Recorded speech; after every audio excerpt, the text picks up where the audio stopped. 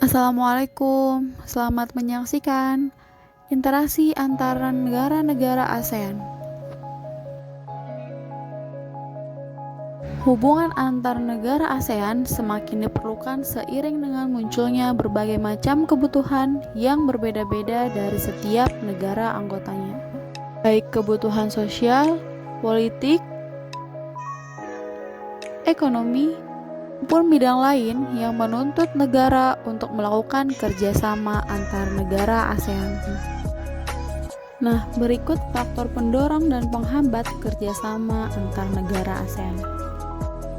Yang pertama, faktor pendorong. Kesamaan dan perbedaan sumber daya alam. Seperti contoh, beberapa negara yang menghasilkan minyak bumi membentuk organisasi yang bernama OPEC. Contoh dalam hal perbedaan sumber daya alam, Indonesia mengekspor hasil pertanian ke Singapura. Sebaliknya, untuk memenuhi kebutuhan Indonesia mengimpor beras dari Myanmar dan Thailand. Pendorong yang kedua, kesamaan dan perbedaan wilayah atau kondisi geografis. Seperti contoh, negara-negara yang terletak di wilayah Asia Tenggara membentuk kerjasama melalui organisasi ASEAN. Bentuk kerjasama ASEAN.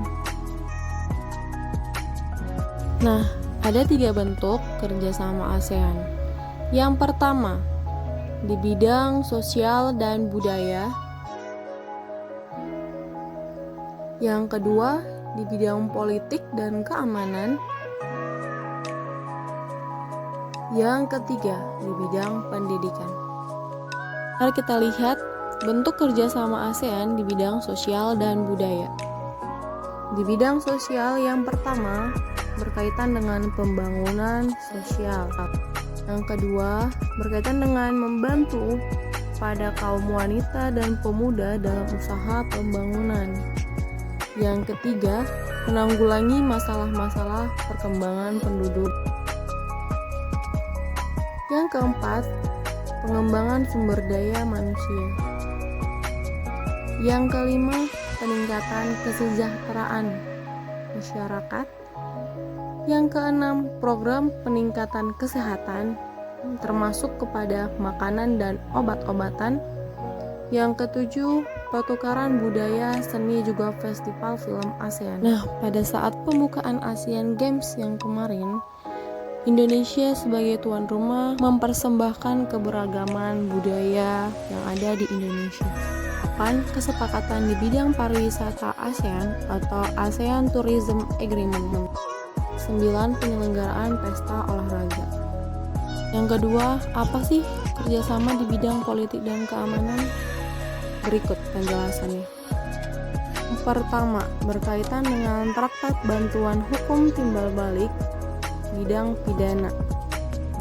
Yang kedua, Konvensi ASEAN tentang pemberantasan terorisme.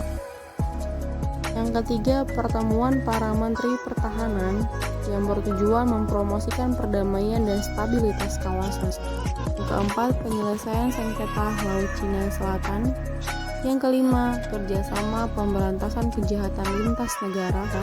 Yang keenam, kerjasama di bidang hukum, bidang migrasi, konsultan, dan serta kelembagaan antar parlemen.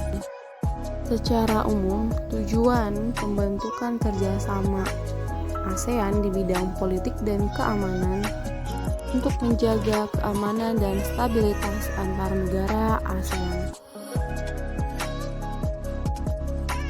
Nah, yang ketiga di bidang pendidikan.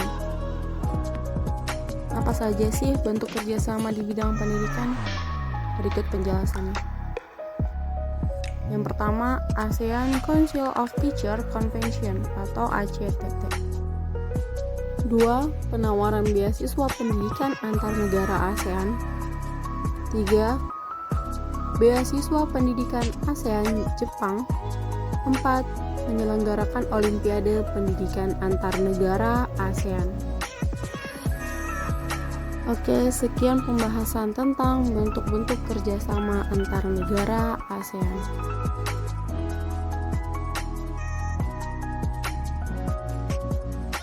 Makasih telah menyaksikan video ini. Wassalamualaikum warahmatullahi wabarakatuh.